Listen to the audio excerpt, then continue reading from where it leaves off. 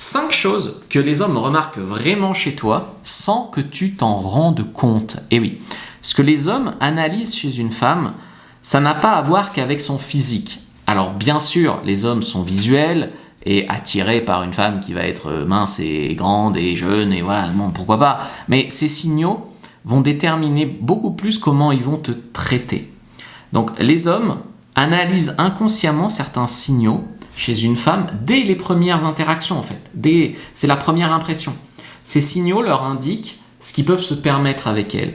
Est-ce qu'elle est en dessous d'eux? Ils vont la manipuler, voilà. Est-ce qu'ils vont la respecter? Est-ce qu'ils vont investir dans la relation ou l'exploiter?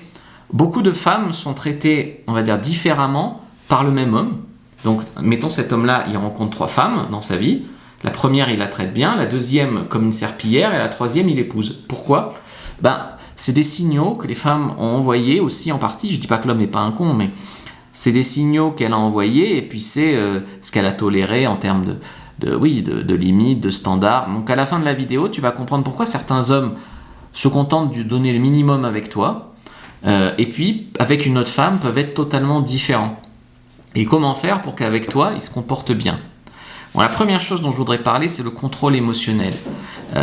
Ils vont remarquer, ils ont un radar à femmes dépendantes affectives, femmes désespérées, voilà. Si tu as des réactions disproportionnées, ils savent où appuyer, ils savent comment te mener par le bout du nez.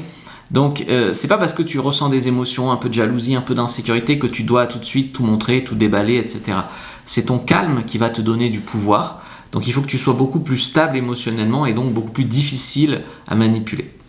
La deuxième chose, c'est l'estime de soi. C'est-à-dire que souvent, les femmes, on va sentir un manque d'estime de vous qui va être dû sans doute à des choses non réparées que vous avez vécues dans l'enfance, dans l'adolescence. Voilà, je sais qu'il y a eu beaucoup d'abus, beaucoup d'agressions. Bon, le truc, c'est que ta confiance en toi, elle est au plus bas. Inconsciemment, tu penses mériter des mauvais traitements. Donc faible estime de toi, standard bas. Lui, il en profite, il s'engouffre dans la brèche et ça ne lui attire que bouc émissaire, quoi. Donc les hommes opportunistes vont chercher les femmes qui pensent qu'elles ne méritent pas grand-chose. Il ne va pas être bienveillant à essayer de te donner confiance en toi, il va juste exploiter la faille. Donc ça, c'est important, ça, c'est des choses que je traite en coaching régulièrement. La naïveté aussi, ils vont te raconter des histoires n'importe quoi, te tromper, voilà.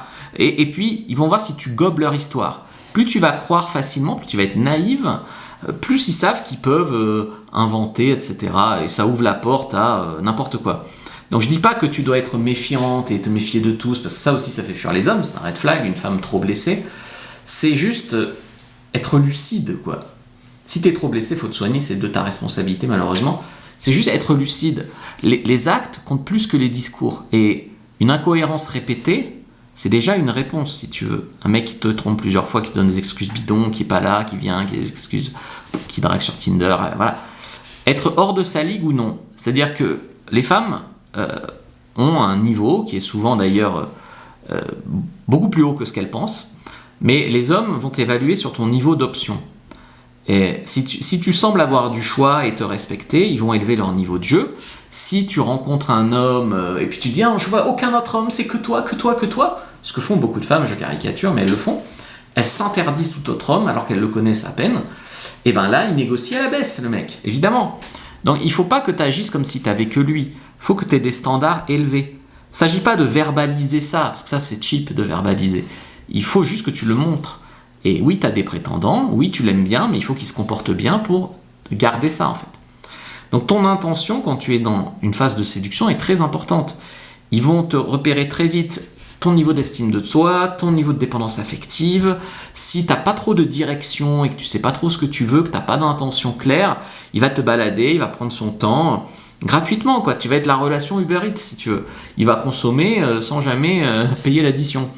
Donc, le temps, c'est une forme de monnaie, l'effort aussi, l'argent bien sûr, s'il t'invite et tout ça, et tu dois l'amener à s'investir, tu dois pas être cheap.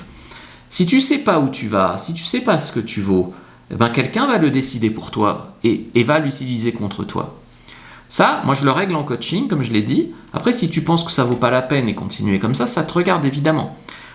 Donc, clarifier l'intention, ça va vraiment déjà protéger l'énergie que tu vaux. Donc, si tu veux, les hommes vont analyser ton niveau de contrôle émotionnel, d'estime de toi, de lucidité, tes standards, ton intention, et tout ça, ça va déterminer vraiment comment eux, ils vont te traiter. Donc déjà, ne tombe pas dans la dépendance affective. Pour ça, je t'ai fait une fiche sur la dépendance affective en sortir. Première description de la vidéo, lien dans le commentaire épinglé, lien en bio si tu me regardes sur un autre réseau. Puis regarde une autre vidéo avant de partir.